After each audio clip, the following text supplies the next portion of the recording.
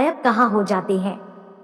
वे लोग धीरे धीरे जंगल के बहुत अंदर चले गए। जंगल एकदम घना और डरावना था। थोड़ी ही दूर आगे जाने के बाद उन्हें एक रोशनी जलती हुई नजर आई।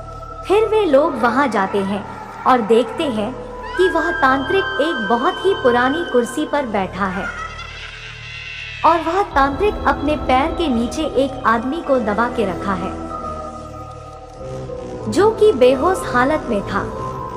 जब गांव वाले उसके नजदीक गए तो पहचान लिए कि ये तो हमारे गांव का आदमी है, जिसको हम लोग सुबह से ढूंढ रहे थे। गांव वालों को देखकर तांत्रिक वहां से भागने लगा। तभी गांव के सारे लोग उसे चारों तरफ से घेर कर पकड़ लिए और एक पेड़ से बांध दिए। फिर पूरे जंगल में आग लगा दिए और उस आदमी को लेके अपने अपने गांव लौट गए। अब उस तांत्रिक ने देखा कि गांव वालों ने जंगल में आग लगा दी है, अब तो मैं नहीं बचूंगा। वह बहुत चिल्लाया, मुझे बचाओ, मुझे बचाओ, लेकिन उसे कोई बचाने नहीं आया और धीरे धीरे आग की लपटें तांत्रिक के पास गई और वह आग में जल के मर गया। लेकिन उसकी कुर्सी जैसी थी वैसी ही रही, उसे एक आंच तक नहीं लगी, क्योंकि तांत्रिक ने उस कुर्सी को जादू मंत्र से बनाया था। यह बात किसी को भी पता नहीं चला कि वह तांत्रिक मरने के बाद भी नहीं मरेगा। गांव वाले अब खुश थे कि अब हमें किसी भी बात का डर नहीं है। कुछ समय बीतने के बाद एक दिन गांव का एक आदमी दोपहर के समय अपने खेत में काम कर रहा था। गर्मी का दिन था और उसे बहुत जोर से प्यास लगी थी। वह पानी पी के थोड़ा आराम करने के लिए उसी जंगल में चला गया जहां तांत्रिक रहा करता था। वहां जाकर देखा कि एक बहुत सुंदर कुर्सी रखी हुई है। वह देखने में बहुत लुभावनी कुर्सी लग रही थी, मगर वह एक भूतिया कुर्सी की कहानी थी। वह आदमी उसे लेकर अपने घर आ गया। उस कुर्सी को देखते ही मन एकदम खुश हो जाता था। उसके घर वाले भी कुर्सी को देखकर खुश हो गए। उसे नहीं पता था कि वह अपने घर कुर्सी नहीं बल्कि अपनी मौत लेकर आया है।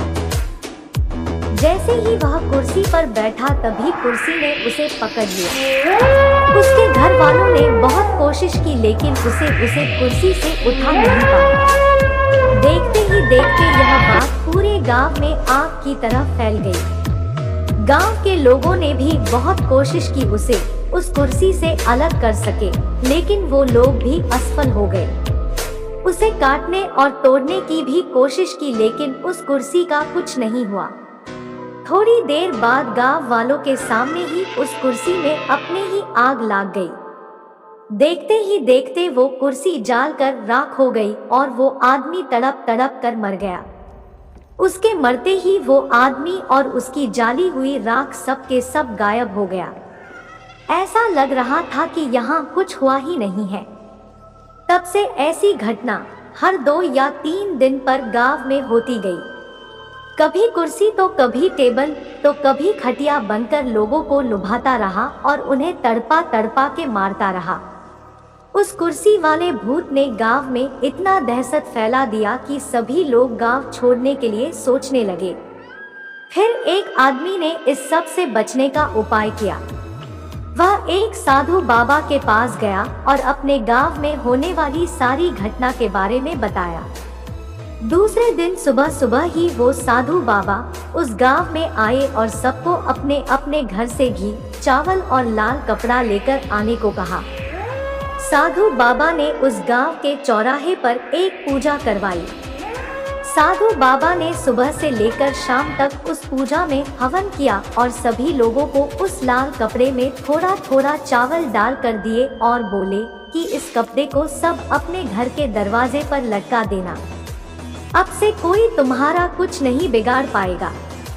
सारे लोग ऐसे ही किए जैसे साधु बाबा ने बताया था। उस दिन से उस भूत ने किसी का कुछ नुकसान नहीं किया और गांव के लोग बिना डर के अच्छे से रहने लगे।